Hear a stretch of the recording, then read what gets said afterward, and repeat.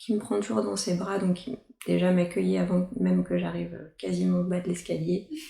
Toujours très content. Super. Donc votre guide et ce druide sont déjà là. Oui, ils étaient déjà tous là. Très bien. Alors merci à eux. Merci de vous accompagner durant cette séance. Merci infiniment.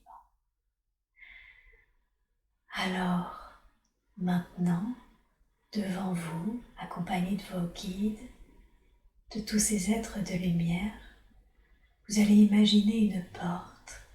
Et derrière cette porte, vous irez dans un autre temps, dans un autre lieu, là où il y a des informations dont vous avez besoin pour vous aider dans votre vie actuelle. Et je vais décompter de 3 jusqu'à 1. Et à 1, vous serez dans cet autre temps, dans cet autre lieu. 3. Vous mettez la main sur la poignée. 2. Vous ouvrez la porte. 3. Vous êtes maintenant dans cet autre temps, dans cet autre lieu. Et dites-moi, est-ce que c'est le jour? Est-ce que c'est la nuit? C'est la tombée de... C'est plutôt la soirée. La soirée. Et en fait, je me vois de l'extérieur. D'accord, comme si vous vous observiez. Oui. Très bien. Comme une vieille femme, une femme assez d'un certain âge. D'accord. Dans un siècle, je dirais peut-être 5e, 6e siècle. 5e, 6e siècle. Très très bien. Je me sens malmenée par des gardes qui viennent dans ma maison. D'accord. Qui me traitent de sorcière. Ah, très très bien. Ok. Oui. Est-ce que vous savez pourquoi ils vous traitent de sorcière? Parce qu'ils savent que je fais des choses occultes et que c'est ma réputation dans le village. D'accord. Concentrez-vous sur vos sentiments. Qu'est-ce que vous ressentez tandis que vous êtes malmené par ces gardes? Moi, je me sens effrayée et je me sens trahie. Oui. Je me demande pourquoi Dieu et ses apôtres m'ont abandonnée. D'accord. Mais je reprends mes esprits et j'essaie de me défendre comme je peux. Donc vous avez l'impression d'être trahi par Dieu et les apôtres en fait. Et quand vous dites que vous vous défendez comme vous pouvez, qu'est-ce que vous faites ou qu'est-ce que vous dites? En fait, j'ai un bras pour me couvrir le visage. D'accord. Je suis par terre et j'essaie de prendre une position un peu recroquevillée. Vous protégez votre corps physique? Oui. D'accord. Vous êtes toujours en observateur, hein? Oui. Très bien. Vous ne ressentez aucune sensation physique, nous sommes d'accord? Non. Très bien, parfait. Et est-ce que ces gardes qui vous malmènent, ils sont en train de maltraiter votre corps physique? Pas encore, mais je sais qu'il va m'arriver vraiment quelque chose de grave. D'accord, très bien. Donc vous restez bien en position observatrice, ok? Très bien. Condensons le temps. Est-ce que ils ont malmené votre corps physique au point de le tuer? Oui. D'accord. Oui. Très bien. Oui. Allez à votre dernier souffle. Qu'est-ce que vous avez ressenti quand vous avez quitté le corps physique? Une grande souffrance. En même temps, une grande libération. Et je me suis sentie accompagnée aussi. D'accord. Alors, pourquoi une grande souffrance? Parce que je suis morte violemment. D'accord. Et la libération? La libération, je vois mes guides et le ciel venus me chercher. Ah, donc vous êtes monté directement sur les plans supérieurs? Oui. Je comprends. Et en fait, on m'a dit on ne t'a jamais abandonné. Ah, c'est ce on vous a dit tout de suite? Oui. D'accord. Toujours ma chère fille. On m'appelle toujours ma chère fille. D'accord. Ok. Demandez-leur alors, s'ils ne vous ont jamais abandonné, en quoi c'est important pour vous de vivre cette expérience? C'est pour me rappeler que je suis immortelle. Ah, très bien. Ok, super. Et que jamais je perdrai mon âme en fait. Le corps physique c'est une chose, mais l'âme elle va cumuler les expériences, les énergies, et que jamais elle mourra en fait. C'est ça. Que c'est ça la leçon, que c'est le corps physique est une chose et l'âme en est une autre. D'accord, très très bien. Qu'est-ce que vous avez appris durant cette vie?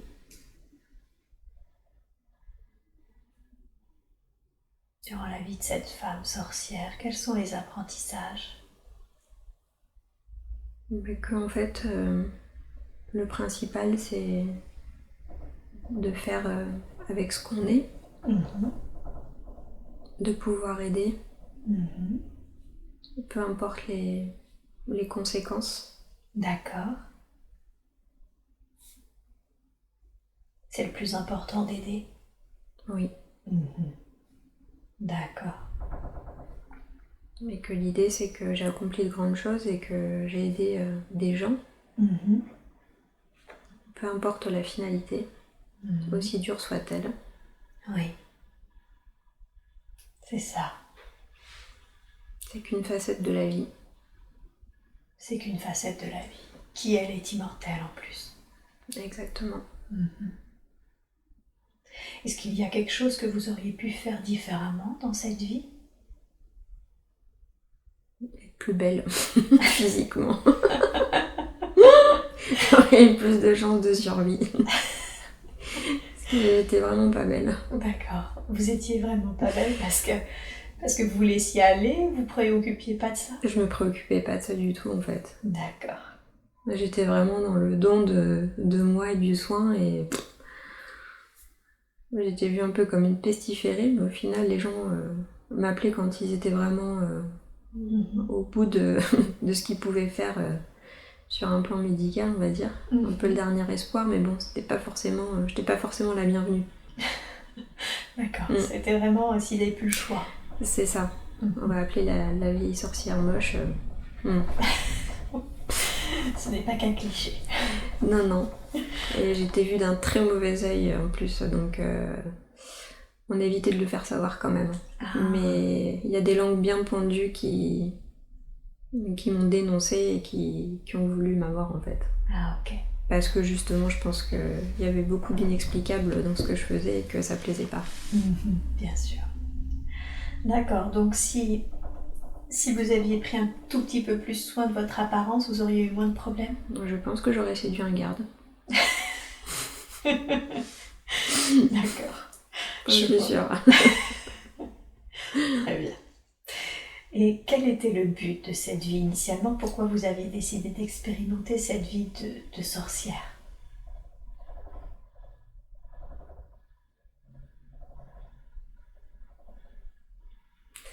Pour comprendre les énergies, j'entends aussi herboristerie.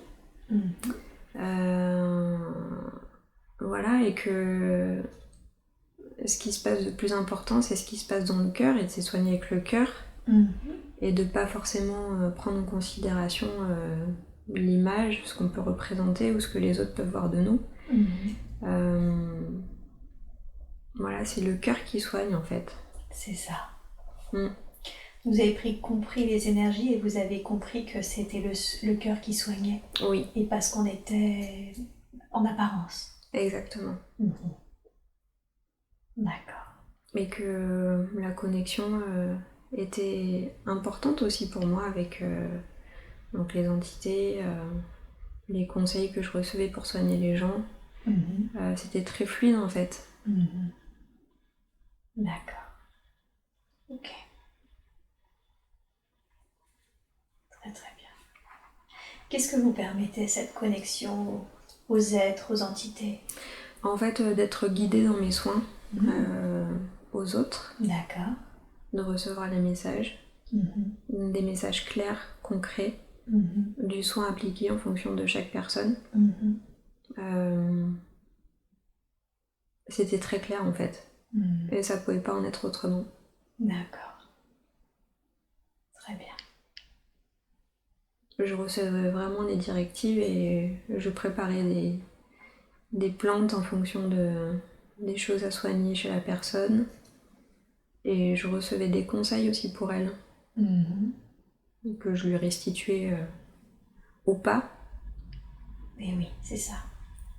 Pourquoi vous ne le restituez pas éventuellement? Quelles étaient les raisons qui font que vous ne restituiez pas tout? Par rapport au cheminement spirituel de la personne. Ah, d'accord. Donc vous adaptiez oui. à là où elle en était à son niveau? Oui. D'accord. Parce qu'on ne me... Souvent, on ne tolérait pas que je donne des informations.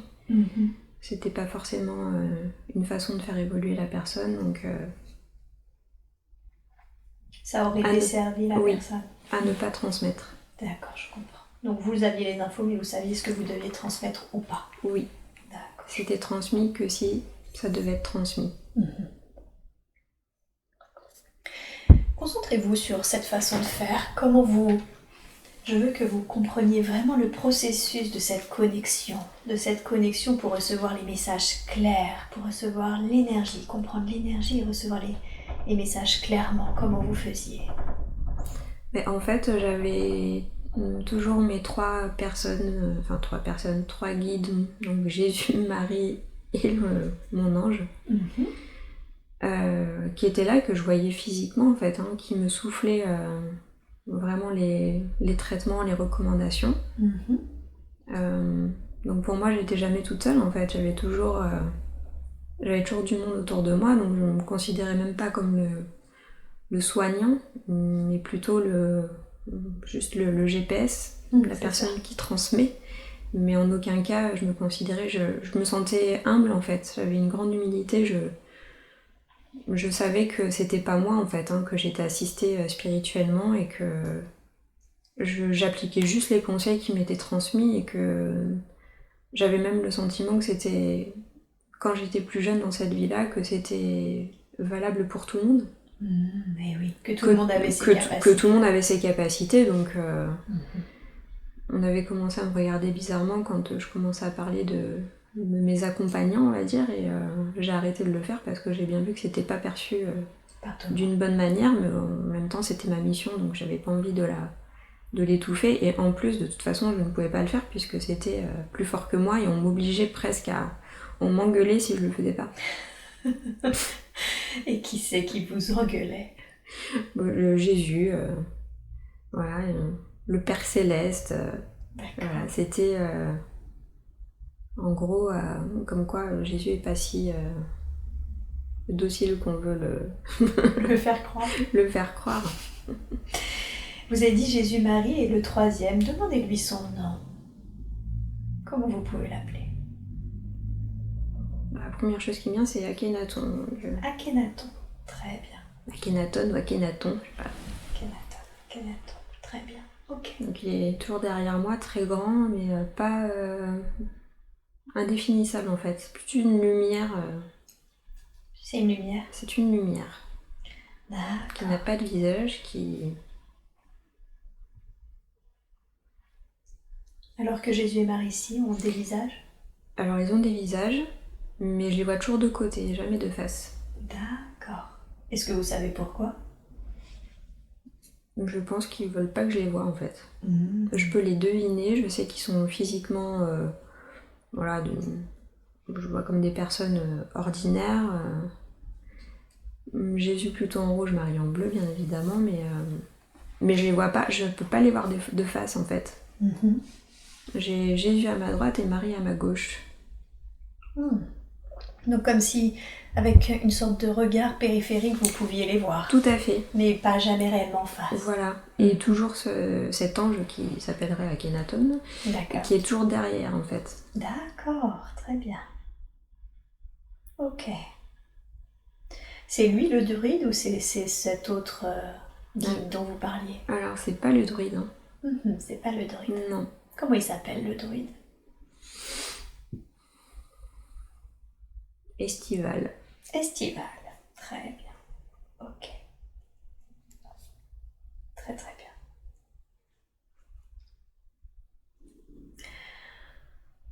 Ok. Et pourquoi on vous a montré cette vie? Pourquoi vous avez montré cette vie à Emmanuel? Il est temps qu'elles comprennent. Qu'elles comprennent quoi? Ce que nous attendons d'elles. Et qu'est-ce que vous attendez d'elles? Il y a tellement de choses. Alors ça tombe bien parce que je pense qu'on est là pour en parler justement et je pense qu'elle vous attendait aussi. C'est notre fille énergétique. On voulait tellement qu'elle vienne ici. Dans cette séance? Oui. D'accord, en quoi c'était important pour vous qu'elle vienne faire cette séance? Parce qu'on compte sur elle pour changer un peu le monde, comme vous.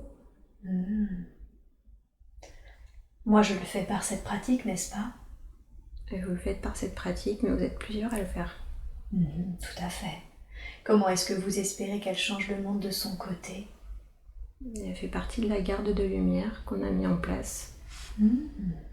La garde de lumière, très bien. La vague de lumière. La vague de lumière. Vous voulez dire que cette vague de lumière, ce qu'on appelle les volontaires, hein, c'est ça? Oui. Vous appelez ça la garde de lumière? La garde de lumière. La garde de lumière, est-ce que c'est ces fameux guerriers de lumière dont on parle, les guerriers célestes? Et oui, les guerriers dans la montagne. D'accord. Qui sont revenus sur Terre? On les rassemble. Vous les rassemblez? Il y en a qui ont la tête plus dure que d'autres. Vous voulez dire qu'il y en a qui comprennent moins quelle est leur fonction? Oui. D'accord. Et chez Emmanuel, c'est très compliqué, chez vous, c'est plus fluide. Qu'est-ce qui fait que, par exemple, chez moi, c'est plus fluide et chez Emmanuel, c'est plus compliqué? Et vous êtes dans ce que vous êtes. Ah, vous voulez dire que je suis dans mon chemin? Oui. Ok. Et pas Emmanuel? Et elle a du mal. On a du mal à lever le voile chez Emmanuel. On fait tellement de choses, on lui fait lire des livres, on lui fait faire des méditations, on lui fait rencontrer des gens comme vous, beaucoup d'espoir en vous. D'accord. J'espère que sortie d'ici, elle va comprendre enfin. Ouais. Et d'après vous, ce voile qui est resté un petit peu sur Emmanuel, pourquoi? Qu'est-ce qui provoque? Qu'est-ce qui bloque? Elle ne croit pas assez. Ah. Elle ne croit pas assez. On renforce sa foi, mais elle ne croit pas assez. D'accord. Elle ne croit pas qu'elle est capable d'eux. Et nous, on sait qu'elle est capable d'eux. C'est très drôle parce que, par exemple, je serais incapable de faire ce qu'elle est en train de faire, d'être totalement dans le lâcher-prise et de faire une séance d'hypnose spirituelle telle que ça. Donc, elle est tout à fait capable de se connecter à vous et apparemment, elle le fait très régulièrement en plus. Mais oui, elle a de grandes capacités. Et oui. On est toujours là pour l'assister, à elle d'ouvrir les yeux, à elle de lever le voile. D'accord, donc elle sait parfaitement se connecter à vous de toute évidence, mais elle garde ce doute, ce manque de foi. Oui, elle attend quelque chose d'extraordinaire. De voir des super pouvoirs sortir de ses mains, mais c'est pas ça. Ah, c'est pour ça qu'elle doute, parce qu'elle croit que ça doit être forcément extraordinaire. Eh oui, mais elle se rend pas compte qu'elle fait déjà des choses extraordinaires. Qu'est-ce qu'elle fait d'extraordinaire comme ça quand elle étendra cette séance, elle le saura? Et en fait, elle a rien à faire. C'est ça, c'est ce qu'on lui dit. Tu as juste à être. Eh oui. Le fait d'être juste soi, qui on est sur son chemin, ça suffit? Pas toujours. D'accord. Mais on peut retrouver des choses perdues. Et c'est ce qu'on veut lui restituer aujourd'hui. D'accord. Alors avant que vous lui restituiez, que vous me disiez ce que c'est, quand vous dites elle a juste à être, le fait d'être, ça rayonne quelque chose? Ça provoque quelque chose sur Terre? Le rayonnement du cœur. Le rayonnement du cœur. Ok. Qu'est-ce que ça permet, le rayonnement du cœur? La surpuissance de la puissance du cœur. Le rayonnement du cœur. Oui. Tout est dans le cœur, c'est la puissance la plus forte. Donc le rayonnement du cœur, c'est ce qui est le plus fort sur Terre? C'est la plus grande force. C'est la plus grande force. Il n'y a pas d'autre force. Il est lié à quoi, ce rayonnement du cœur? À qui est-il lié? Au Christ. Au Christ. Au Père Céleste, à la Terre-Mère, à l'association de la Terre et du ciel. D'accord. L'association des deux qui se rejoignent dans le cœur et qui rayonnent sur le monde. D'accord, donc le cœur, c'est l'union des énergies terrestres et des énergies célestes? Oui. D'accord. Les énergies contraires mais qui ne le sont pas, qui se rejoignent dans le cœur et qui irradient sur le monde. Je comprends. Et est-ce qu'elle est bien liée à la terre et bien liée au ciel? Pas suffisamment à la terre. Pas suffisamment à la terre. Ok. Est-ce que vous accepteriez de lui faire un soin d'ancrage, d'enracinement? Oui, avec plaisir. Merci beaucoup. Je vous laisse faire, vous me dites quand c'est fait.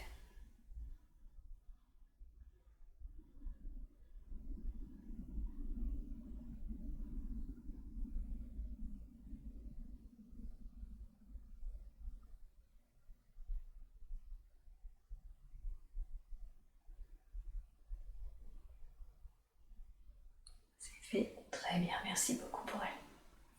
Donc vous m'avez dit que vous étiez là pour lui rendre une capacité ou des capacités. Oui. Ça tombe bien parce qu'elle m'a parlé, elle me dit je sens comme un don de guérison ou un don potentiel de pouvoir ouvrir la spiritualité des êtres, mais c'est diffus, elle n'arrive pas à le densifier, j'ai l'impression, sur Terre, cette capacité. Comme on lui dit, elle redit, elle n'a rien à faire, elle a juste à être. C'est tout ce qu'on attend d'elle. Si elle n'a rien à faire et qu'elle a juste à être, quelle est cette capacité que vous voulez lui rendre? On veut lever le voile. Et quand vous aurez levé le voile, qu'est-ce que ça va changer pour elle à la sortie de cette séance? Elle ne sera plus jamais la même. Elle ne sera plus jamais la même. Elle ne se reconnaîtra plus. D'accord. Elle va aider des milliers de personnes. Très bien. Parce qu'on voit qu'elle a le cœur triste Oui. de voir le monde et de voir à quel point les humains sont perdus sur la Terre. Oui. Tout à fait. Mais nous, on veut pas la perdre, on veut qu'elle remette les gens sur le chemin. C'est très important pour nous parce qu'elle est importante pour nous. Comme vous l'êtes pour nous aussi. Merci. Et alors, est-ce qu'on peut y aller? Est-ce qu'on peut enlever ce voile afin qu'elle puisse aider? C'est ok? On le fait maintenant. Très bien. Je vous laisse faire, vous me dites quand c'est fait.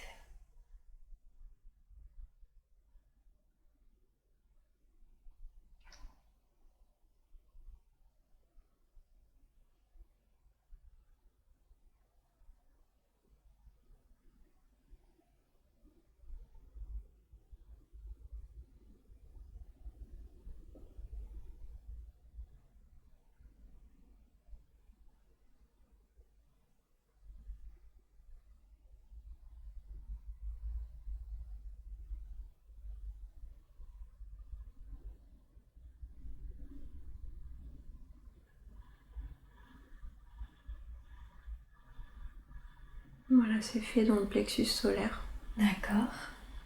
Le rayonnement cosmique est en place. Ok. Donc elle n'a plus qu'à être. Oui. On a bien compris qu'elle n'avait pas besoin de faire quelque chose. On la pousse un peu maintenant vers l'avant. Qu'est-ce que vous voulez dire par on la pousse un peu par l'avant? Et on lui met les mains dans le dos et on la pousse, on dit vas-y maintenant. D'accord. Fais le premier pas là. Voilà. Très bien, je comprends. Elle a un métier traditionnel, alors elle est en pause, hein, elle est enceinte et forcément avec le confinement et tout, ça a rajouté à cette pause. Mais elle aimerait en changer pour avoir un métier de thérapeute. Est-ce que c'est une bonne chose? C'est une excellente chose, mais on a voulu la protéger parce qu'on savait très bien comment les choses allaient évoluer. On voulait pas la mettre en difficulté, on voulait pas lui créer de stress. Ah, c'est pour ça que elle a eu la sensation que dans la vie, ça se mettait pas en place vraiment, malgré cette envie, mais c'est parce que c'était pas le bon moment. C'était pas le bon moment. C'est nous qui décidons, c'est pas elle qui décide. D'accord. Ok. Donc si je comprends bien, ça va se faire, mais pour lui éviter le stress d'un chômage, d'un manque financier, c'est ça vous avez attendu? Oui. Je comprends. Donc c'était pour la protéger. C'était une protection. Et elle le sait en plus. Et elle le sait en plus. Elle le sait. On sait qu'elle le sait. On sait qu'elle le sait, mais Elle fait comme si elle se disait qu'elle ne savait pas finalement. C'était un concours de circonstances ou du hasard. Ah, mais le fameux hasard. Elle sait qu'on est là, elle sait qu'on sait, et on sait qu'elle sait. D'accord, j'ai compris. Je pense qu'elle a compris aussi maintenant. J'espère. Elle a la tête dure, elle est têtue. Elle est têtue. On va y arriver. Bon. Vous avez enlevé le voile, là. Oui. On va y arriver. Ok. Alors, parce que du coup, elle va bientôt accoucher en plus, donc ce sera pas toujours non plus tout de suite le bon moment, j'imagine. Et on sait pas. Ah, On peut avoir des surprises. on peut avoir des surprises. C'est exactement ce qu'elle m'a dit tout à l'heure. On peut avoir des surprises. On sait qu'on ne sait jamais. Quel conseil lui donneriez-vous pour qu'elle mette en place cette activité de la manière la plus sereine, la plus juste? On lui a déjà donné des directives. Vous pouvez les lui répéter pour qu'elle fasse plus semblant de ne pas le savoir. Sois dans ce que tu es. Tu n'as pas besoin de chercher. Chercher, c'est le mental. Intègre qui tu es. Continue à être dans l'instant. Et ne te soucie pas du lendemain. Tout se passera bien. D'accord. Non. Quand vous dites ne te soucie pas du lendemain, on est d'accord qu'on parle de l'aspect financier. Oui. C'est une inquiétude chez elle. Oui, alors qu'elle n'a pas besoin de s'en inquiéter. D'accord. Si elle est qui elle est et qu'elle est dans l'instant présent, ça va rouler tout seul? On va venir à elle. D'accord. Elle n'aura pas besoin de chercher. Très bien. Ok. Son rayonnement va attirer les âmes perdues et leur rendre ce qu'ils nous ont perdu justement. Qu'est-ce qu'ils ont perdu? Ça fait 2 fois que vous parlez des humains perdus, de ces âmes perdues. Qu'est-ce qu'ils ont perdu? La foi en la vie, la joie, le bonheur, être heureux simplement. Et ils sont en train de perdre leur mère, la terre. Eh oui. Leur mère biologique n'est pas leur mère principale. La terre-mère est leur vraie mère. Et ils sont en train de la tuer, de lui faire du mal. Ça va leur coûter très cher. Mais la majorité ne comprennent toujours pas. Mais on va leur faire comprendre. Et ça va être très dur pour eux. Et comment est-ce que vous allez faire comprendre à cette majorité qui ne comprend pas? C'est une façon de parler. Arrivera ce qui devra leur arriver. Des énergies similaires à ce qui sont intrinsèquement leur reviendront au visage de plein fouet. Vous voyez bien ce qui se passe en ce moment. Oui. Qu'ils fassent attention, parce que même si c'est pas le virus, il y aura d'autres choses. La Terre est vivante, la Terre est la mère de l'univers. Donc, la Terre est la mère tout court, la Terre est la mère des humains. Ils sont en train de l'étouffer et de la tuer, au détriment de choses futiles. Et c'est très grave et on est surtout très triste de voir ce constat.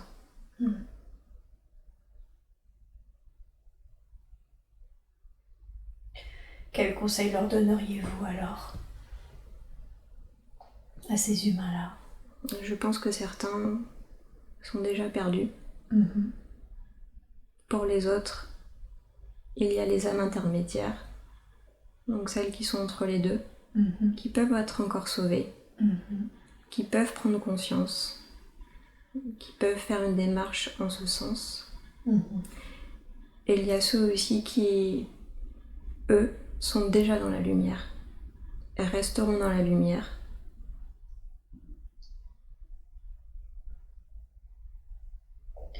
Est-ce que c'est eux, ceux qui sont déjà dans la lumière, qui doivent aider justement ceux qui sont dans un état intermédiaire à être sauvés? Oui. C'est ça que doit faire Emmanuelle, c'est ça? Essayer de repêcher ces âmes qui sont entre deux. Elle en fait partie. Elle fait partie de cet entre-deux. Elle fait partie des gens qui doivent aider ceux qui sont entre les deux. Oui, c'est ça. D'accord. Ok. Comme vous. Ok. Et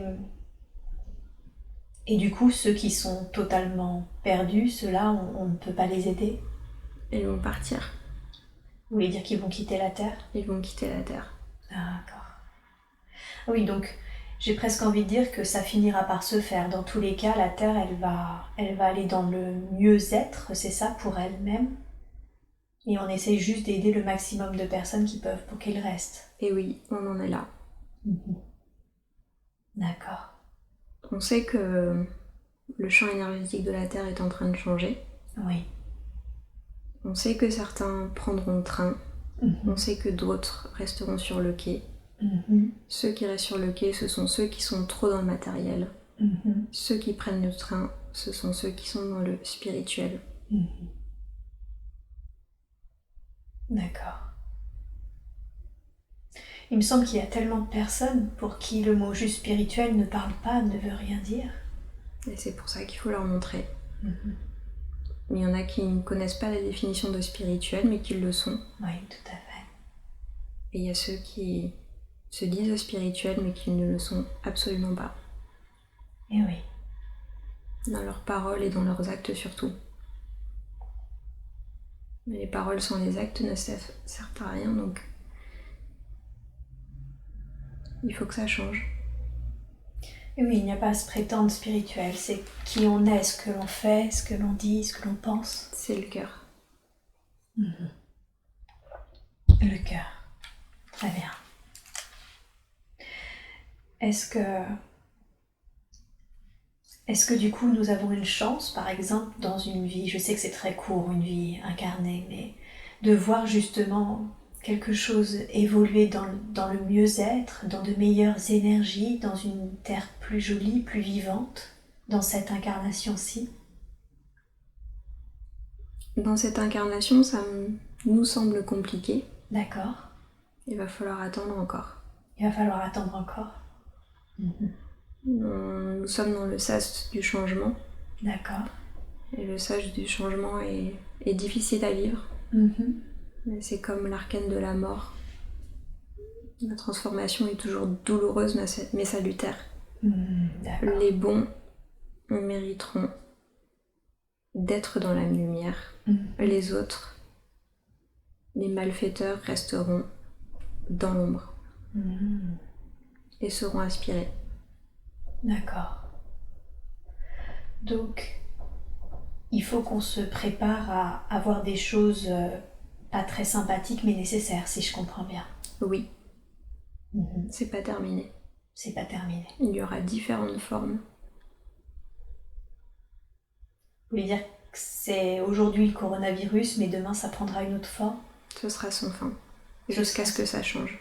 Sans fin, jusqu'à ce que ça change. Jusqu'à ce que les énergies se stabilisent. Sur votre terre, il y a trop d'énergie contraire, il y a trop d'ombre contre la lumière. C'est comme Star Wars. D'accord. Mais qui va gagner? Les vrais gagnants, ce sont ceux qui sont dans la lumière. Les autres resteront là où ils doivent être. Vous voulez dire que vous savez déjà que c'est la lumière qui va gagner?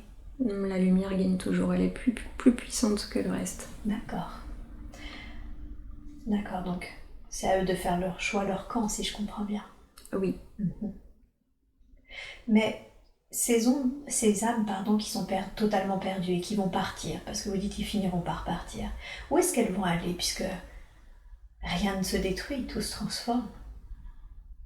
Elles seront dans les énergies qu'elles méritent.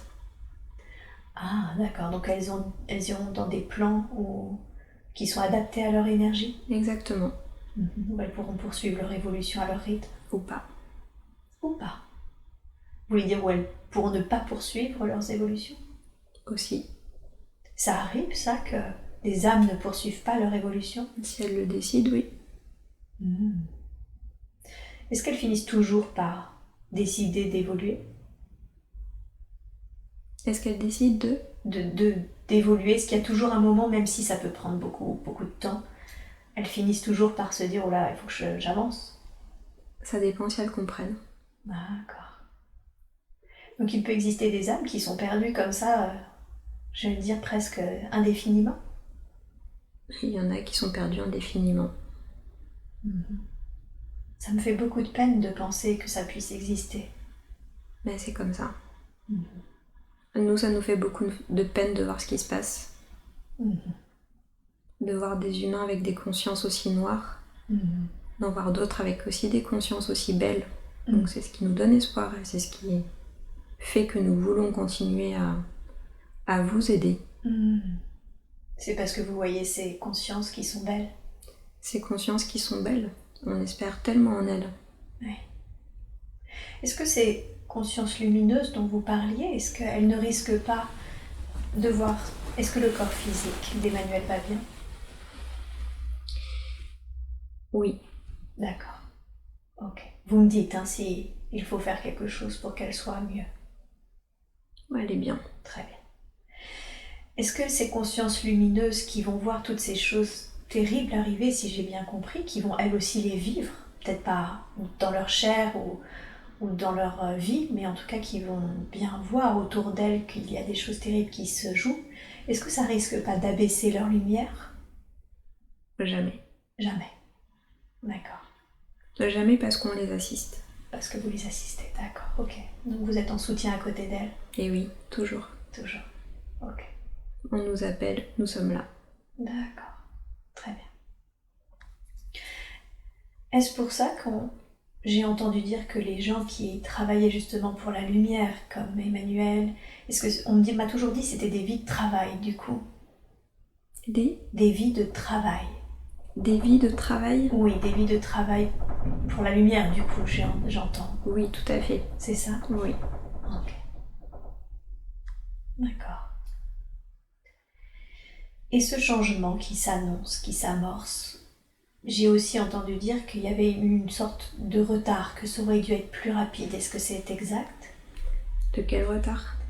Eh bien, que nous aurions dû déjà évoluer un peu plus vite, normalement. Plus vite que prévu, mais que c'est pas le cas, qu'on a pris du retard sur cette ascension, on va dire.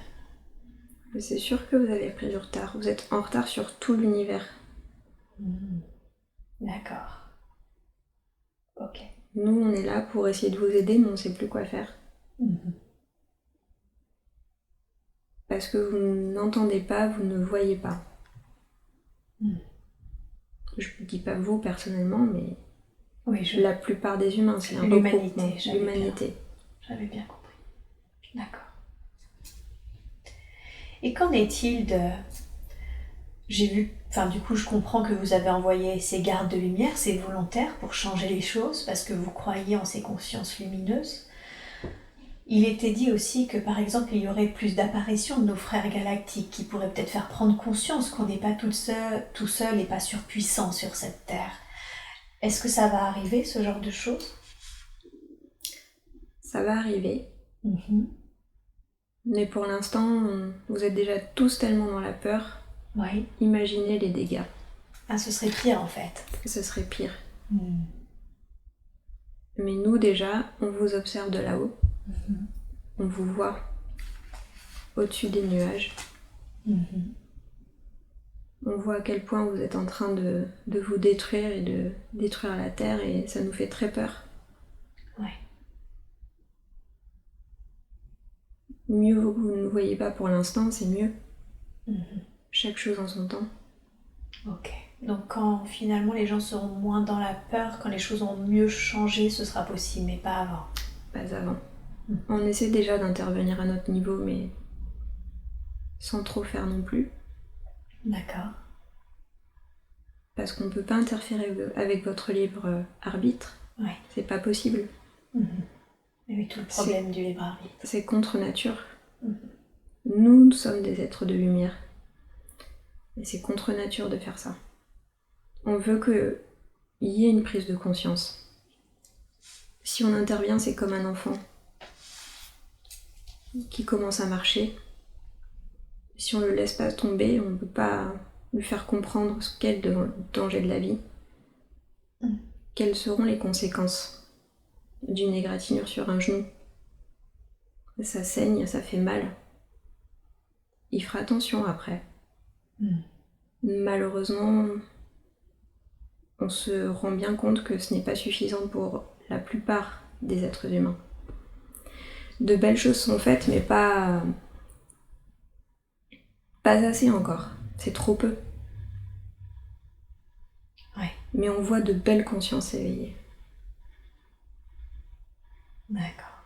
Mais ce n'est pas suffisant. Qu'est-ce qu'on peut faire, les êtres comme Emmanuel, comme moi, qu'est-ce qu'on peut faire pour aider encore plus? Vous êtes déjà dans votre rôle d'accompagnant.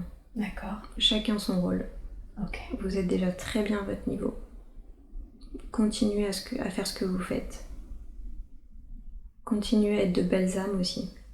Parce que c'est ce qui rayonne sur Terre.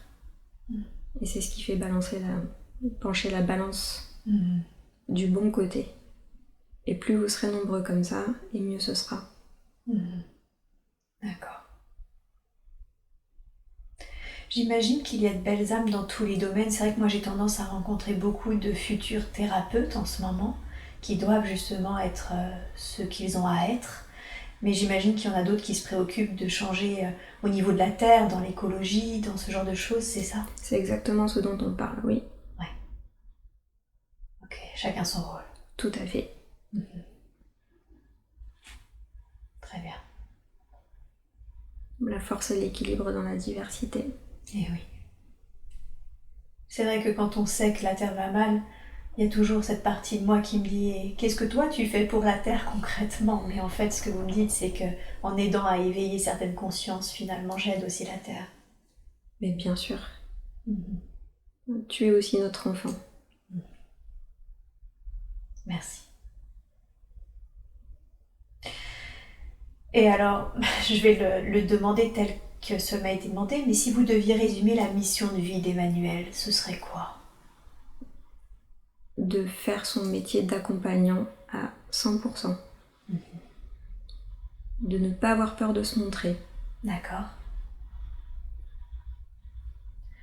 De se montrer, c'est-à-dire de s'exposer en tant qu'accompagnatrice, c'est ça? Oui, exactement. D'accord. De toute façon, on est là avec elle pour la guider, on la laissera pas faire n'importe quoi. Ok. Elle sera jamais dans le besoin, on prend soin d'elle. D'accord.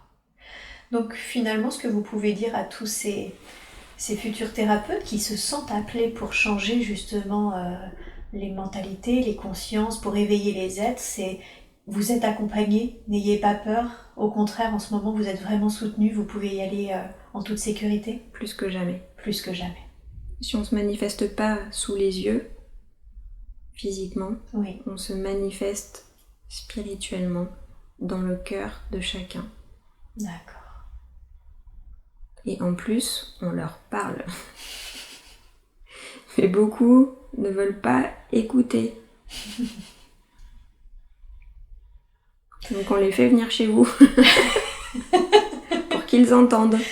C'est pour ça qu'en ce moment j'ai beaucoup de médiums, thérapeutes, ce genre de choses, que j'en parlais hier à Marie. Je me suis dit mais c'est incroyable le nombre de médiums et thérapeutes que j'ai en ce moment dans mes séances, c'est pour ça? C'est ça, parce que même les médiums, qui sont quand même censés être clairvoyants, clairaudients, clairsentants, peu importe la façon dont on dit, même eux ne croient pas. Donc il faut qu'on les fasse venir ici pour qu'enfin on ouvre les yeux, on ouvre les écoutilles, on lève tous ces voiles. C'est quand même pas possible. Oui, ça peut être surprenant en fait. Oui. Mais il y a toujours effectivement des doutes. On a besoin de confirmation. Et là, on n'a plus de temps à perdre. Donc il va falloir se réveiller maintenant. D'accord. Il faut les secouer. Ouais. Oui, c'est ça. Donc vraiment le message c'est hey, secouez-vous là, c'est bon, arrêtez avec vos petits doutes, il faut qu'on change les choses. Et voilà. Ok, je comprends. Donc ok, elle a à être en tant qu'accompagnatrice et elle doit se montrer en tant qu'accompagnatrice d'âme. Oui. Ok. Et en tant qu'âme, est-ce qu'elle est venue faire certains apprentissages sur Terre? Et bien sûr. Qu'est-ce que c'est que ces apprentissages qu'elle est venue faire sur Terre? Et apprendre que Son père et sa mère ne sont pas son père et sa mère, que nous sommes ses parents depuis toujours. Ça, c'est une question. Pourquoi cette famille? Pourquoi est-ce qu'elle s'est choisie, cette famille? Mais parce que c'était la seule façon de lui faire expérimenter le fait que justement, ses parents, ce sont les personnes à qui sommes en train de vous parler et pas son père et sa mère biologiques. Et il fallait vivre des choses difficiles pour qu'elle puisse justement se sentir accompagnée par quelqu'un d'autre. Mais ce quelqu'un d'autre, au final, ce sont ses vraies racines. C'est de là où elle vient foncièrement. Eh oui. Elle s'est incarnée dans un corps physique pour être physiquement présente sur Terre, mais c'est tout. Ses parents ont joué un rôle de géniteur pour qu'elle soit sur Terre, qu'elle se vive physiquement sur Terre, mais elle sait très bien que ses parents sont sur un autre plan. Mais comme tous les humains d'ailleurs. Et oui, nos vrais parents, c'est pas nos parents biologiques. On voulait la ramener à nous en lui faisant vivre des choses difficiles. Puisque à la perte de son papa, c'est là où elle a commencé à être vraiment dans la spiritualité, même si elle y a toujours été. Mais c'était un moyen de lui faire comprendre que il fallait qu'elle se rapproche de nous pour accomplir sa mission sur Terre à ce jour, et dans les prochains jours, et dans les prochains mois, semaines, années. Et oui, pour qu'elle commence vraiment sa mission de vie. Exactement. Donc ce départ était prévu ainsi pour ça, le départ très, très jeune de son père était prévu pour qu'elle se réveille vite. Oui, c'était un choix convenu entre nous à l'avance. D'accord, donc elle savait qu'elle allait perdre son père enfant. Elle savait, sauf que quand on arrive ici, on ne se souvient plus. Et oui, tout le problème. Donc la mission, c'était de se rappeler. Essayer de se rappeler. Essayer de se rappeler. C'est quoi ce voile de l'oubli d'ailleurs? Qu'est-ce qu'il provoque? Une entrée dans la matière. C'est l'entrée dans la matière? Eh oui. La densification en fait? La densification, le poids du corps. Fait qu'on oublie ça. Eh oui. D'accord. Pourquoi vous croyez que les humains sont dans l'état d'esprit dans lequel ils sont? Parce qu'ils ont tous oublié d'où ils venaient. Eh oui. La Terre serait pas dans cet état sinon. On est bien d'accord. Est-ce que c'est pour ça qu'on dit que le voile de l'oubli est en train de s'étirer, on va dire, parce que justement la Terre se spiritualise, la matière se spiritualise? Oui. Il y a une tournure vers la spiritualité de beaucoup d'âmes. Oui. Et celles qui ont vraiment choisi cette mission sur Terre commencent à se souvenir maintenant. D'accord. Par des méditations, par de l'hypnose, par des messages qu'elles reçoivent. Mais pas toutes, hein. Parce que sinon, on ne serait pas là. Bien sûr. On lève le voile et puis de toute façon, les nouveau-nés, eux, seront beaucoup plus conscients. Oui, j'ai déjà l'impression même qu'il y a des enfants qui ont une présence d'esprit, une conscience qui est incroyable. Et oui, c'est notre petite armée qui arrive. Ah, donc l'armée continue en fait. L'armée continue, mais elle est beaucoup plus consciente cette fois. Le voile n'est plus. Comment ça se fait? Parce qu'ils sont moins denses? Parce qu'ils sont moins denses et que on a décidé de faire des contrats d'âme avec cette conscience-là pour justement repeupler la Terre. D'accord. Faire d'elle une nouvelle Terre beaucoup plus belle, remplie d'amour. Donc faut pas culpabiliser de mettre des enfants au monde maintenant. Malgré les circonstances. Malgré les circonstances, parce que c'est grâce à ces petites âmes que les choses vont changer. Et oui. Mais le changement ne se fait pas tout seul, ne se fait pas en un jour. C'est ça.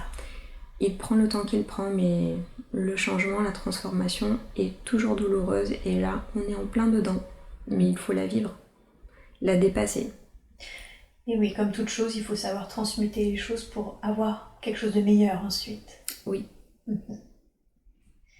D'accord. Donc on compte sur ces nouvelles âmes pour repeupler cette terre. Donc surtout ne pas arrêter, ne pas avoir peur en se disant oh là là, vu l'état du monde, j'arrête de faire des enfants. Mais non, bien au contraire. Mais et la surpopulation, parce que on est quand même très très nombreux, presque trop, j'ai envie de dire. Mais vous croyez pas que là, il y a beaucoup d'âmes qui partent? Oui, c'est vrai. Le tri se fait. D'accord. Donc il n'y aura plus de problème de surpopulation? Non. Il y en aura pendant un moment, mais ça va s'équilibrer. D'accord. Ok. Et ce contrat d'âme que vous passez avec ce que vous dites, ces petites âmes, cette autre vague de guerriers de lumière, c'est quoi ce contrat? C'est qu'ils se souviennent, qu'ils se rappellent eux? On a décidé, oui, qu'ils se rappellent. D'accord. Et ça, c'est possible, du coup, si on fait un contrat, c'est possible de se dire, vous vous souviendrez malgré la matière, malgré la densification dans le corps? Tout est possible. Tout est possible. D'accord. Ok, donc j'imagine que pour ceux qui ne se souviennent pas, pour nous tous, quasiment, c'était prévu ainsi qu'on oublie aussi. C'était prévu. Parce qu'on voulait vous faire rebasculer dans la lumière. Oui, c'est ça, en conscience. En conscience. Ouais. Et tout comme ce que vit Emmanuel en se rapprochant de ses vrais parents, c'est ce qu'on essaie de faire avec ces nouvelles âmes aussi. Sauf que là, on le fait dès le départ. Et oui, c'est ça. Donc ce sera plus simple pour eux parce qu'ils se souviendront. Oui. Mais ils auront du travail parce qu'il y aura tout à construire. Il y aura tout à construire. D'accord. Ok. Il va y avoir une vraie, j'ai la sensation dans ce cas-là qu'il va y avoir une vraie époque intermédiaire finalement entre ces âmes extrêmement conscientes et ces autres âmes qui sont pas encore vraiment dans la conscience. Oui, ça va être la guerre de lumière. Ouais, c'est ça, j'allais dire, est-ce que ça va créer des tensions, je veux dire physiques? Pas vraiment. Non? Parce que les âmes seront balayées avant. Ah, d'accord. Donc ne restera que les intermédiaires, l'équilibre, la transition, on veut dire, se fera naturellement. Ok, d'accord. Donc pas d'inquiétude à avoir pour ces jeunes âmes? Non. Ok. C'est juste qu'il y aura du travail, mais... Oui. Mais ils vont pas rencontrer les difficultés qu'ont rencontré peut-être les premières vagues à devoir vraiment spiritualiser. C'est ça. Ouais. Ok. L'équilibre se fera gentiment. Okay. Et qu'est-ce que vous pouvez dire alors sur sa petite fille? Emmanuelle est enceinte. Qu'est-ce qui est prévu? Quel est le contrat entre ces deux âmes? Et c'est que sa fille sera une révélation pour elle. Ah, qu'est-ce que vous voulez dire par là? Ça va lui permettre justement d'arrêter de trop réfléchir et de se lancer vraiment dans ce qu'elle aime. Oui. En plus, sa fille va s'appeler Rose. D'accord. Donc, elle se sent proche de Marie. Elle appelle sa fille Rose. Oui. Mais elle fait toujours pas les liens. Alors faites-le pour elle, s'il vous plaît. On lui a offert un rosier pour son anniversaire. Ok. On lui offre une médaille miraculeuse pour son anniversaire. Donc si avec tout ça elle comprend pas, non, ce bébé c'est une joie pour elle. Ça va être une joie pour elle. C'est une joie pour elle? Elle nous l'a demandé, on le lui a donné. D'accord. Ok. Donc c'est une petite âme sans voile. Ah, elle fait partie de ces êtres qui viennent changer le monde? Elle viendra changer le monde. D'accord. Donc maintenant elles seront 2 pour changer le monde. C'est ça. En plus des autres bien sûr. Oui, j'espère qu'elles sont pas que 2 sur Terre, sinon elles vont avoir beaucoup de boulot. On est mal. On peut fermer les rideaux. C'est ça. D'accord. En tout cas, elles vont travailler en équipe, si je comprends bien. C'est ça. Ok. Et elles se connaissaient déjà, ces deux âmes? Oui, bien sûr. Ouais. Est-ce qu'elles font partie de ce qu'on appelle les mêmes compagnons d'âme, famille d'âme? Ah, c'est un de ses guides qui s'est incarné en elle. Ah, carrément.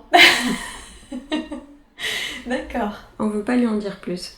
D'accord. En quoi c'est mieux pour vous de pas lui en dire plus? Parce qu'on veut pas que son ego il prenne trop d'ampleur, c'est pas le but.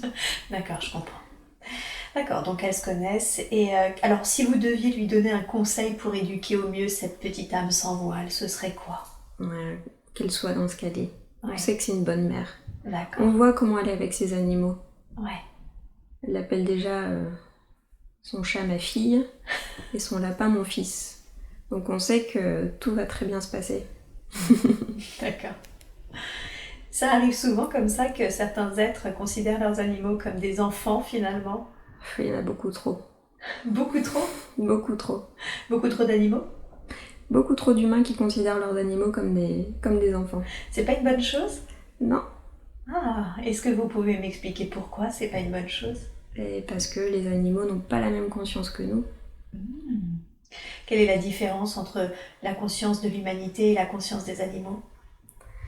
Et la conscience des animaux est beaucoup plus, je veux pas dire complexe, mais presque. Même peut-être plus simple que vous. D'accord. On enlève les animaux de leur père et de leur mère. Et après, vous vous considérez comme des parents adoptifs. Oui. Mais les pauvres. Et oui, c'est ça. Il y a encore tellement de choses à faire pour les animaux. Qu'est-ce qu'on peut faire pour les animaux? Leur rendre leur liberté. Arrêter de les séparer de leur papa, maman. Arrêter de les enfermer. Les maltraiter, les mettre dans des eaux, laisser-les vivre librement. Ils ont des émotions aussi. Eh oui. Ça va vous paraître du coup assez dingue comme question parce que vu ce que vous venez de me dire, ça me semble tellement logique. Et en même temps, que ça soit Emmanuel ou que ça soit moi, on a des animaux justement. Moi je sais que si je remettais mon chat demain dans la rue, il aurait toutes les chances de mourir, de se faire écraser. Mais parce que vous avez éduqué comme ça. Vous l'avez pris sous votre aile. Si demain, oui, vous le mettez dans la rue, qu'est-ce qui va devenir? Si demain on vous met dans la rue, qu'est-ce qui va se passer? Ah, je serais mal, moi. Je suis beaucoup trop citadine pour ça. Donc voilà. Ouais. Oui, c'est ça, j'ai été éduquée de la sorte. Et exactement. Donc c'est plutôt les conseils, des conseils pour les animaux à venir en fait. C'est ça, de commencer à rendre la liberté à ces animaux, de pas les domestiquer si j'ai bien compris. Et oui, parce que là il est déjà trop tard pour ce que vous avez. Et oui. Même si vous leur donnez beaucoup d'affection, mais pour les prochains, il faut les laisser vivre. Regardez, les animaux, ils reprennent leurs droits. Oui, c'est vrai. Avec le confinement, oui, tout à fait. Voilà. Là où il y a des routes, c'est pas censé être des routes. Oui. Là où il y a des voitures, c'est pas censé être là. Enfin, les animaux n'ont rien demandé. Et mais j'avais entendu dire qu'on pouvait se suivre avec certains animaux. On m'a dit par exemple, je sais pas du tout si c'est vrai, mais que mon chat par exemple, je l'ai connu dans plusieurs vies, qu'on s'est suivi de vie en vie. Est-ce que ça peut être vrai? Ça peut être vrai, mais sous quelle forme, sous quelles conditions, on ne sait pas. Souvent, vous savez très bien de votre pratique qu'il faut rompre des liens. Oui, tout à fait. Donc, est-ce que ce lien est sain? Point d'interrogation. Ah oui, donc toujours s'interroger sur quels sont les liens entre deux êtres en fait. Exactement. Et est-ce qu'il est vrai justement quand on considère nos animaux un peu comme des enfants? J'avais entendu dire que les animaux avaient une sorte de conscience collective finalement, qui ne pensaient pas d'une manière individuelle, mais que le fait qu'on les domestiquait, qu'on les personnifiait en fait, on les individualisait du coup dans leur conscience. Est-ce exact? Et quelque part oui. Parce que qui est-ce qui le voit au quotidien? Vous. Et oui. Le seul visage. Et pas leur espèce. Et voilà. D'accord. D'accord, donc plutôt laisser les animaux en liberté. Oui, vous en faites ce que vous voulez qu'il soit, en fait, cet animal. Mais sa nature première, si vous le laissez dans la nature, vous pouvez pas le savoir puisque vous ne l'observez pas. Vous ne l'avez pas fait, vous pouvez pas le voir. Mais et les bébés? Par exemple, mon chat, il était vraiment bébé, il a été abandonné en fait par sa mère. Qu'est-ce qui se passe pour ce genre d'être? Et peut-être que ce petit chaton a choisi cette vie par rapport au lien que vous aviez déjà dans une vie précédente ou dans d'autres vies. Et oui, on en revient à ce fameux lien. Encore une fois, est-ce que ce lien est quelque chose de sain?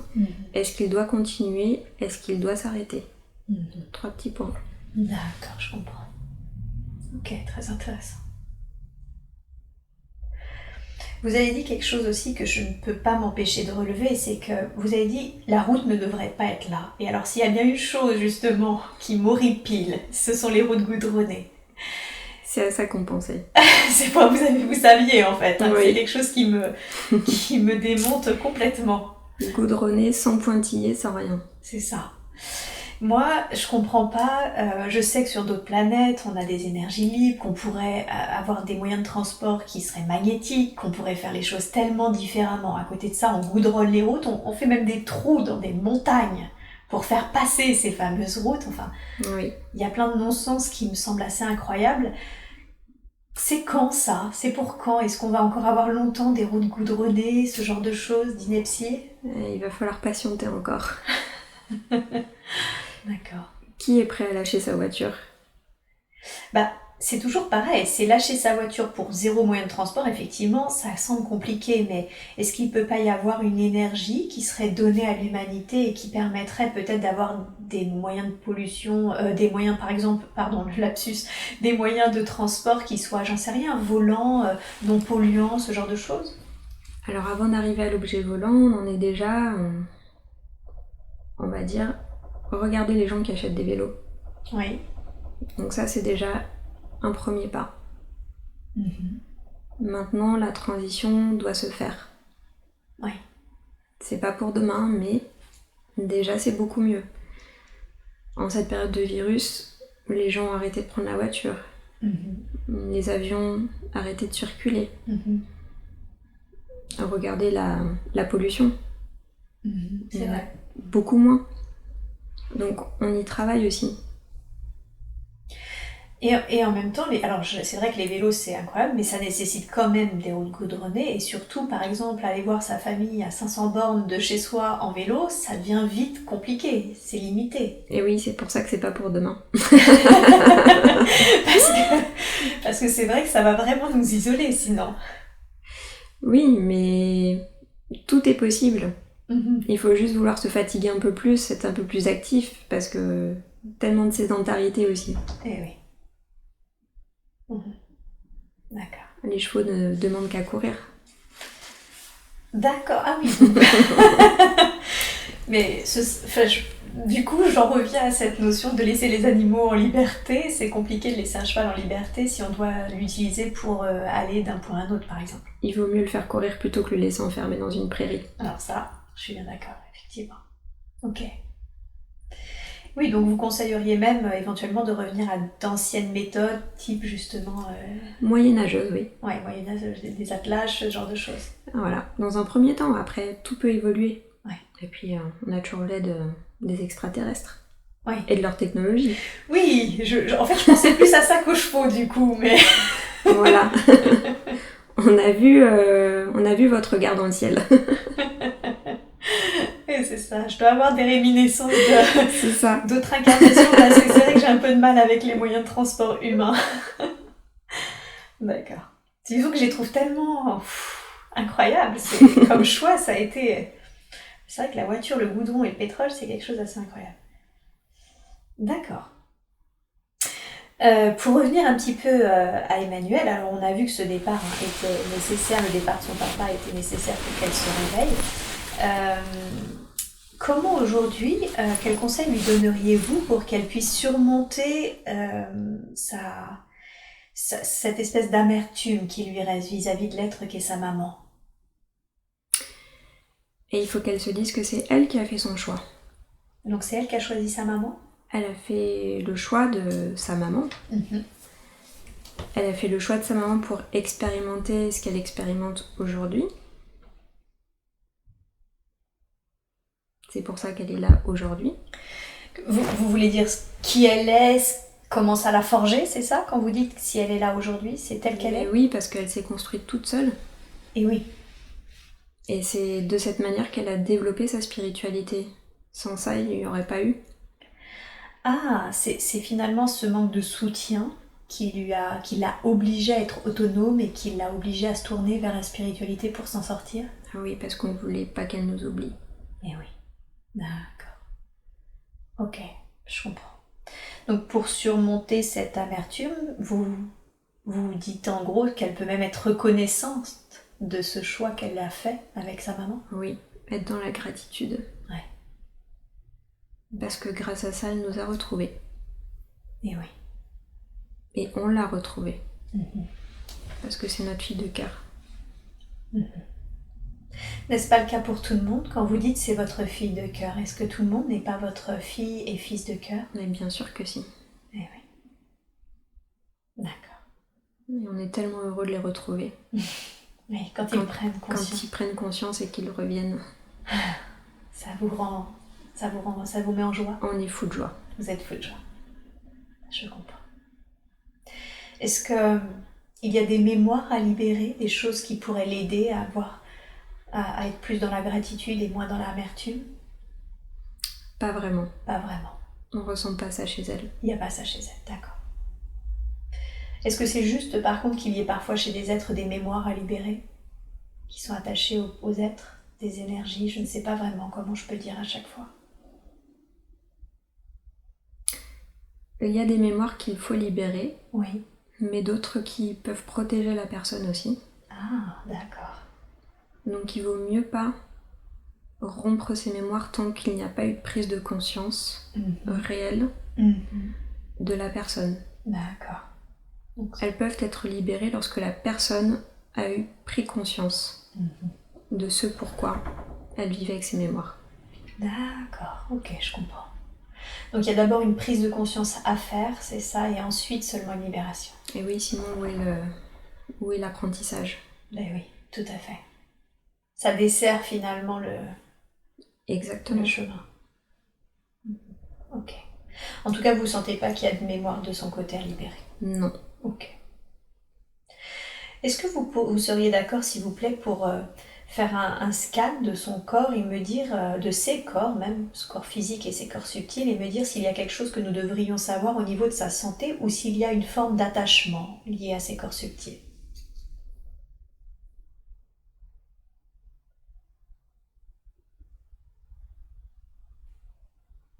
Alors au niveau du nombril, oui. C'est comme s'il y avait des cordons énergétiques, donc pas plus des personnes qui sont plus rattachées à elle que l'inverse. D'accord. Qui pourraient effectivement la freiner dans son évolution. Pouvez-vous me dire qui sont ces personnes qui sont attachées à elle? Les personnes que vous avez notées sur votre... Les défunts. Les défunts, plus ces deux hommes-là. Ah, ces ex? Ce Johan et ce Grégory. D'accord, ok. Qui sont justement des âmes perdues en fait. Ah, c'est pour ça qu'ils gardent contact avec elle? Et oui. Ah, d'accord. Quel conseil pourriez-vous lui donner concernant ces deux âmes? Il faut qu'elle coupe. Ah, ok. Est-ce qu'on peut libérer aujourd'hui tous ces êtres? Est-ce que c'est possible? Oui. S'il vous plaît, alors je vous demande de le faire dans la grâce et la douceur.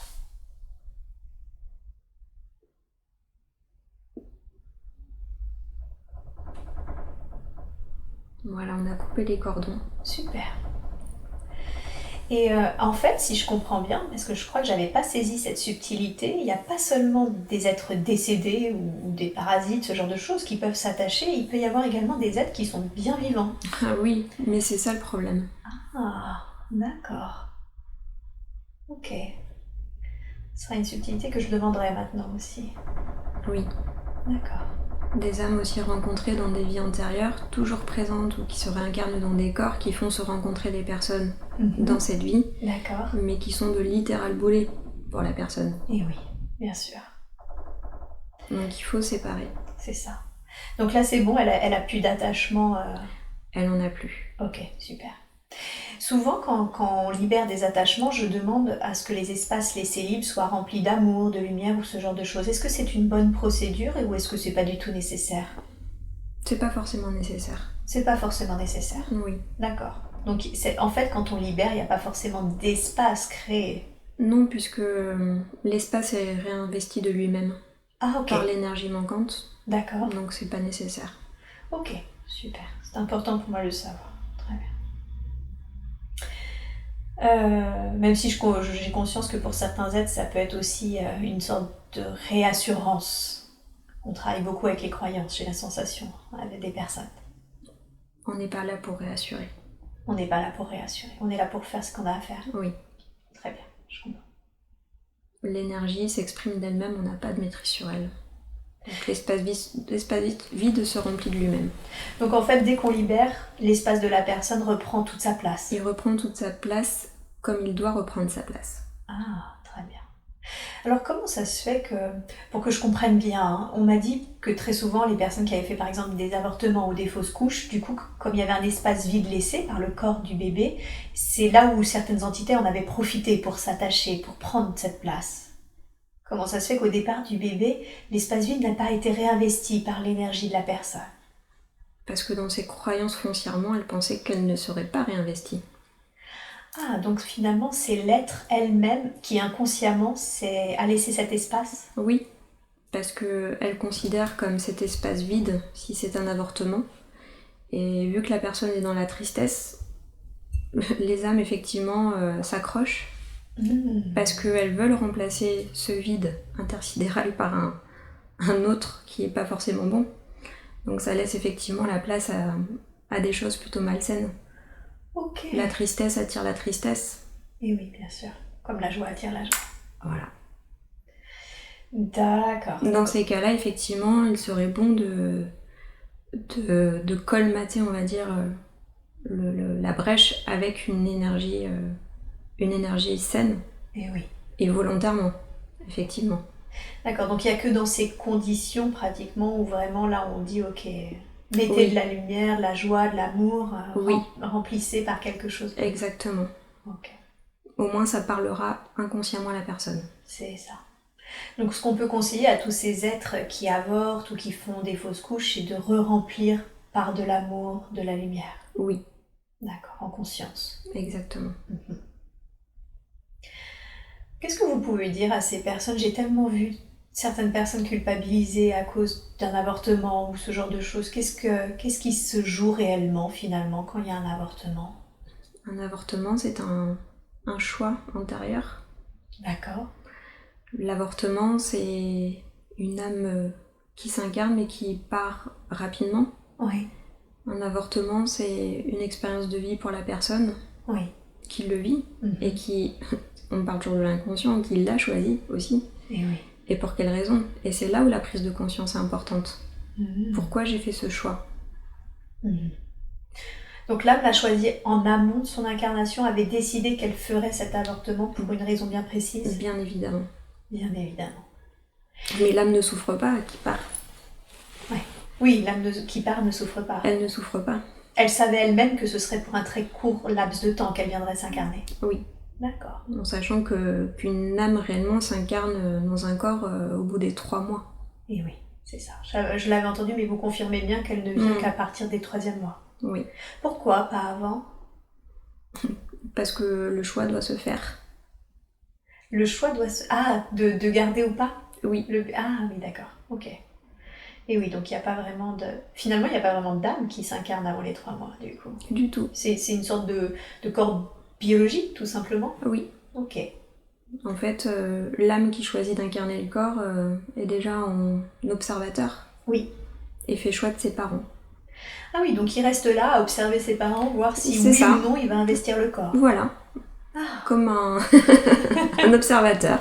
C'est ça, je suis à côté et puis en fonction de votre décision, voilà. J'irai ou j'irai pas. Alors, est-ce que eux, c'est bien? Ouais. Par rapport à ce que j'ai choisi, c'est pas mal. Et oui. On est toujours attiré par nos parents en fonction de ce qu'on décide de vivre, en fait. Et oui. C'est ça. Oui. Ok. Et nos énergies sont liées aux leurs d'une manière sympathique. Oui. Ok, je comprends. Et ces âmes qui décident de repartir, par exemple, ce qu'on appelle nous la mort du nourrisson, est-ce que c'est quelque chose qui est aussi prévu? Tout est prévu. Tout est prévu. Ouais. Tout est prévu. Et pour l'expérience du bébé et pour celle des parents. C'est ça. C'est un contrat déjà établi bien avant. Et oui. Mais on oublie. C'est ça. Et c'est un apprentissage, aussi dur soit-il.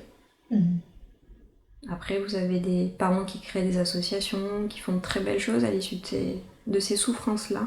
Oui. Il en ressort de très belles choses et c'est ce qu'il faut aussi. Donc ce sont des contrats d'âme qui font ils ont fait ce choix pour pouvoir aider d'autres âmes dans le besoin. Je comprends. Et oui, comme si c'était un peu leur réveil aussi pour faire de belles choses. Oui, pour aider l'humanité. Pour aider l'humanité. Et on voit bien à quel point finalement ça passe par tout plein de fonctions très différentes. Exactement. Une multitude de fonctions. Une multitude de fonctions. Très bien. Est-ce que le suicide aussi est prévu ? Le suicide est beaucoup plus complexe. Très très longtemps, j'ai cru que le suicide était pas prévu, que c'était la seule chose qui n'était pas prévue, et je suis en train de revenir un peu là-dessus, comme si finalement il y avait dans certains cas une sorte, surtout quand la personne par exemple était tétraplégique ou vraiment très malade, une sorte d'acceptation que la personne mette consciemment fin à sa vie. Est-ce exact ? Oui, parce que tout est choisi. Alors, mais pas permis. D'accord, donc finalement tout est acceptable. Oui. Mais le suicide n'est pas permis. Voilà. Donc ça plutôt ce sont des âmes qui n'ont pas forcément fait de très belles choses. D'accord. Et qui se réincarnent déjà dans la souffrance et qui reproduisent toujours les mêmes schémas. D'accord. Et qui se retrouvent toujours dans cette espèce de noirceur en continu. À moins qu'un suicidé vienne vous voir avant de se suicider, pour rompre ça. D'accord. C'est un éternel recommencement. Et alors, du coup, il y a quelque chose qui m'intrigue. Par exemple, Emmanuel, et je connais beaucoup d'autres thérapeutes qui sont dans la lumière, qui travaillent pour la lumière, ont essayé de faire des tentatives de suicide, ou alors à minima, y ont pensé. Comment ça se fait que des êtres qui finalement sont des volontaires, des êtres qui travaillent pour la lumière et dont c'est le chemin de vie, comment ça se fait que ces êtres-là ont essayé de faire des tentatives de suicide ? Parce qu'à un moment donné, ils se sont sentis tellement différents des autres que c'était trop douloureux pour eux d'être sur Terre. Ah, d'accord. Donc eux, c'est pas parce qu'ils sont dans la noirceur, c'est qu'ils sont trop en décalage avec l'humanité ? Oui, c'est ça. Et ça peut être très très difficile et ça peut vraiment perturber. On se sent complètement en décalage. Et être sur Terre est une souffrance. Jusqu'au moment où on nous retrouve. Et oui. Et où du coup, ça refait sens. Ça refait sens. Et on trouve sa vocation, sa mission de vie. Et là, les choses s'améliorent, on s'adapte. Et on trouve des âmes similaires. Et oui, aussi. Des âmes jumelles. On se sent moins seul. Mais comme la transformation est en train de se faire sur la Terre, pour une personne, c'est la même chose. La phase de prise de conscience, de transformation est toujours douloureuse. Et d'adaptation aussi. Bien sûr. Mais elle est salutaire. D'accord. Donc eux, c'est pas la noirceur qui les a poussés à ces actes, c'est vraiment au contraire leur lumière qui était en décalage avec la densité de la Terre. C'est ça. Ok. Vous protégez ces âmes quand c'est comme ça ? J'ai l'impression qu'elles ont eu des protections. Oui, de très grandes protections. De très grandes protections, pour pas qu'elles puissent mettre fin à leur jour. Exactement. Ah oui. On veille toujours sur elles. Vous veillez toujours sur elles. D'accord, je comprends.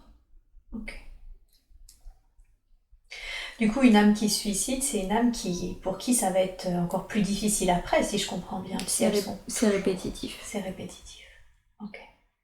Quel conseil donneriez-vous aux êtres qui sont dans qui pourraient éventuellement entendre ce message et qui sont dans ces énergies-là ? De suicide ? Oui. Mais il faut qu'elles se fassent aider. Ouais. Mais avant, bien sûr, ça va de soi, avant. Bien sûr. Ou du moins, si elles partent, qu'on prie vraiment pour elles, pour qu'elles soient dans la lumière. D'accord, donc prier pour les êtres qui sont suicidés, ça les aide ? Oui. Ok. Pour libérer leur âme. Ou en tous les cas, pour qu'elles s'élèvent au moins dans la lumière. Ok. Sinon, elles vont où si elles vont pas dans la lumière ? Dans les bas-fonds. Elles vont dans les bas-fonds. D'accord. Mais elles vivent une éternelle souffrance. C'est ça. Qui est la leur en fait. Oui. D'accord. Ok. Vous avez dit que les êtres très lumineux qui se sentaient mal, finalement, ils finissent par trouver le sens quand ils vous trouvent, quand vous les trouvez. J'ai l'impression que c'est un peu une rencontre. Et aussi parce qu'elles rencontrent des êtres, des âmes jumelles, vous m'avez dit. Oui. C'est quoi? C'est des âmes jumelles, c'est des compagnons d'âme, c'est ce qu'on appelle nous des flammes jumelles, c'est quoi? Qu'est-ce que vous voulez dire par là? Donc flammes jumelles, compagnons d'âme, D'accord. des énergies similaires en fait, qui se reconnaissent, qui se retrouvent et qui sont dans un respect, dans un lien fraternel, qui sont sur la même longueur d'onde, littéralement. Oui, oui, c'est ça. Jusqu'à ce que la personne évolue et rencontre à nouveau d'autres personnes sur le même plan énergétique qu'elle. C'est pour ça qu'il y a des fois des séparations, c'est juste parce qu'en fait on n'évolue pas toujours au même rythme ou de la même façon. Les énergies sont opposées, donc naturellement, comme le reste, on va vers autre chose. C'est ça. Qui nous correspond mieux. Et oui, d'accord. Pour le mieux. Pour le mieux, oui. Ok. Quel est le lien qu'elle a avec son conjoint? C'est un lien très particulier. Un lien... Ils se sont connus dans une autre vie. D'accord. Donc, c'est un homme très protecteur, très bon. Oui. Et c'est quelqu'un qui voulait absolument la retrouver dans cette vie. Ok. Maintenant qu'il l'a retrouvée, il veut plus la laisser partir. En quoi c'était si important pour lui de la retrouver? Et parce que dans une ancienne vie, elle s'est échappée. Ou elle a disparu. Elle a disparu. Et lui, il a couru. Donc ils étaient déjà en couple, c'est ça? Ils étaient déjà en couple. Mais comment ça se fait qu'elle a couru? Pourquoi elle s'est échappée dans cette autre vie? C'était une chippie. Ah, d'accord. Ok. C'est la raison pour laquelle, quand elle l'a vue au début, elle l'a fait un peu mariner, c'est ça? Oui, c'est ça. Ok. Nous, on sait. Qu'est-ce que vous savez? On sait comment elle s'est comportée avec lui dans une ancienne vie. D'accord. Elle a dit toujours que c'est un chevalier avec sa côte de maille. Alors c'est pas vraiment ça, mais presque ça. Est-ce qu'il y a un karma entre les deux?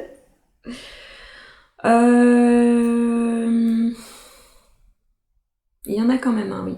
D'accord. Et il concerne de quoi? Qu'est-ce qui est à équilibrer? Le côté très enveloppant et très protecteur de son conjoint, qui va mourir si jamais il la perd. Ah oui, à ce point-là? Ah oui. D'accord. Ah oui, oui. Ok. Quel conseil vous donneriez pour qu'il rééquilibre le karma en douceur? Ça va être compliqué. Ok. C'est bien comme ça pour l'instant. C'est bien comme ça pour l'instant? Oui. D'accord. Donc nous, au niveau de cette séance, on fait rien? Non. Au niveau de ce karma? Non. On veut pas déséquilibrer la relation. Ok. Vous voulez dire que même s'il y a un karma tel qu'elle est, la relation là, elle fonctionne? Oui. Et elle est juste ainsi? Elle est juste. Ok. Elle reviendra vous voir si c'est trop. Ok. je suis à disposition. Ça marche. Très bien. Elle m'a dit que, contrairement à ce qu'elle pensait, finalement, on peut apprendre à aimer un être. Est-ce que c'est exact? Mais bien entendu. Oui. On regarde le cœur, on regarde pas le physique. Ouais.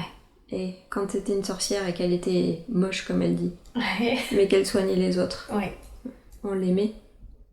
Et nous, on l'a toujours aimé. Quelle que soit son apparence. Peu importe l'apparence. D'accord. Et en fait, ce qu'elle a vu, ce qu'elle a fini par voir chez lui, c'est son cœur, du coup, c'est ça? Oui, c'est sa grandeur d'âme. C'est sa grandeur d'âme. D'accord. D'ailleurs, elle lui dit tout le temps. Ouais. Ok. Donc, ils font pas partie de la même famille d'âme, mais ils se connaissent d'autres vies. Oui. Ah, ok. Et il était prévu qu'ils travaillent ensemble. Oui. Ok. Un conseil à donner sur cette relation? Qu'elle continue comme elle est. Elle est très belle. D'accord. Donc tout va bien. Tout va bien. Très bien. J'ai une dernière question, c'est sur son hypertension à la fin, un peu d'hypertension, ça vient d'où ça? Le changement du plan énergétique. Ah, ok. Maintenant, c'est bien. Ouais. Rien à réguler au niveau de ses vibrations et à adapter par rapport à ce qui se passe? Non, parce qu'on sait qu'elle le perçoit quand elle est un peu plus agitée intérieurement, mais c'était une régulation énergétique qui se faisait, d'ailleurs elle le disait elle-même. D'accord. Qu'elle sentait que les énergies de la Terre étaient en train de changer et que les siennes aussi, ce qui était complètement vrai et qui continuera aussi d'être réel. C'est pas dangereux pour elle. D'accord, donc pas d'inquiétude. Non. Ok. Les vibrations de la Terre, là, elles vont continuer de changer oui. tout le temps?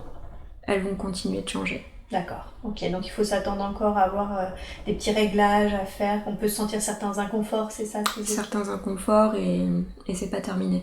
Et c'est pas terminé. Qu'est-ce qu'il faut faire quand on sent qu'on est un peu déséquilibré parce que le corps physique a un peu de mal à s'adapter? Qu'est-ce qu'on peut faire? Justement, il faut le poser pour qu'il puisse s'adapter, faire de la méditation et être dans l'accueil des énergies. Ok, tout simplement. Oui. Okay. Il faut être dans l'accueil. Il faut pas contrecarrer, il faut pas se battre contre ça. Être dans l'accueil, c'est accepter. Accepter, c'est changer. D'accord. Donc accepter ces inconforts parce qu'on sait que c'est temporaire et que c'est en train de s'adapter. Exactement, et de beaucoup boire aussi. Et de beaucoup boire. Ah d'accord, je comprends mieux pourquoi. Je bois. Voilà, beaucoup boire. Beaucoup boire, très bien. Ok. Pardon, j'ai une toute dernière question. Elle a fait pas mal de rêves récurrents où elle a une sensation de lourdeur et elle se sent soit happée par le dessous, soit tirée par les pieds. Qu'est-ce que c'est que ces rêves? On est plus dans on dirait, une sortie de corps. Ah, d'accord. Mais prémisse de sortie de corps. Donc c'est ce qui provoque ces sensations très, très désagréables de lourdeur, de pesanteur. D'accord. Mais ça s'arrête là puisque de toute façon elle prend conscience. Et elle a cette sensation de quelque chose de très désagréable, donc elle fait ce qu'il faut pour se réveiller. Donc elle pensait que c'était quelqu'un qui lui tirait par les pieds, mais c'est pas ça. D'accord, donc elle craint une identité en fait, c'est ça? Oui. Ok, mais en fait elle est en train de faire un début de sortie hors du corps? Oui. Ok. Ce serait une bonne chose qu'elle fasse des sorties hors du corps en conscience? Pas maintenant. Pas maintenant, d'accord. En quoi ce serait pas judicieux aujourd'hui? Parce qu'elle est enceinte et que c'est pas approprié. C'est pas approprié, d'accord. Et quand elle ne sera plus enceinte? Ça va se débloquer. Ça va se débloquer. Les choses vont se débloquer. D'accord, ok. Elle sera plus en train de chercher. Tout sera une évidence pour elle. Ok, d'accord. Donc il va y avoir de grands changements à la venue de son bébé, j'ai l'impression. Oui. D'accord, très très bien. Bien, ok, super. Est-ce que vous auriez un dernier message à donner à l'humanité? Donc qu'ils nous écoutent dans le cœur. Parce que c'est là que nous sommes en fait, hein, dans le cœur. Dans le cœur de chacun. Et donc ce message doit être diffusé au plus grand nombre. D'accord. Et on compte sur vous aussi. Pour diffuser ce message? Oui. C'est une bonne chose, donc la diffusion des séances? Oui. Ok. Très bien. Il n'y a pas assez de thérapeutes en régression. Je rigole parce qu'il y a beaucoup de gens qui pensent qu'il y en a beaucoup trop et qu'on se fait de l'ombre et ce genre de choses. Et c'est ce que je dis. Il n'y en a pas assez de bons. Ah, il n'y en a pas assez de bons. D'accord. Comment on devient un bon... pour les futurs praticiens, quels conseils pourriez-vous leur donner pour être un bon praticien? À qui? Aux futurs praticiens en hypnose régressive, par exemple. De faire le travail avec le cœur, c'est toujours pareil. Et oui. Donc on revient toujours au cœur. Il faut connaître les raisons pour lesquelles on veut faire ce métier. Vous voulez dire qu'il y a des mauvaises raisons de le faire? Il y en a qui ont de mauvaises raisons de le faire. Ah, ok. D'accord. Je pense savoir lesquelles. Voilà. D'accord, très bien. Donc faire les choses avec le cœur. Oui. Ok. Et un dernier message pour Emmanuelle, un dernier message ou un dernier conseil. Et on lui redit que on est toujours avec elle, que ce ne sont pas des vues de son esprit, que nous sommes bien là et que c'est notre chère fille de cœur et que on veut la remettre, la retrouver dans notre royaume. Voilà. D'accord. Et qu'on l'aime très fort. Merci infiniment pour cette très très belle séance.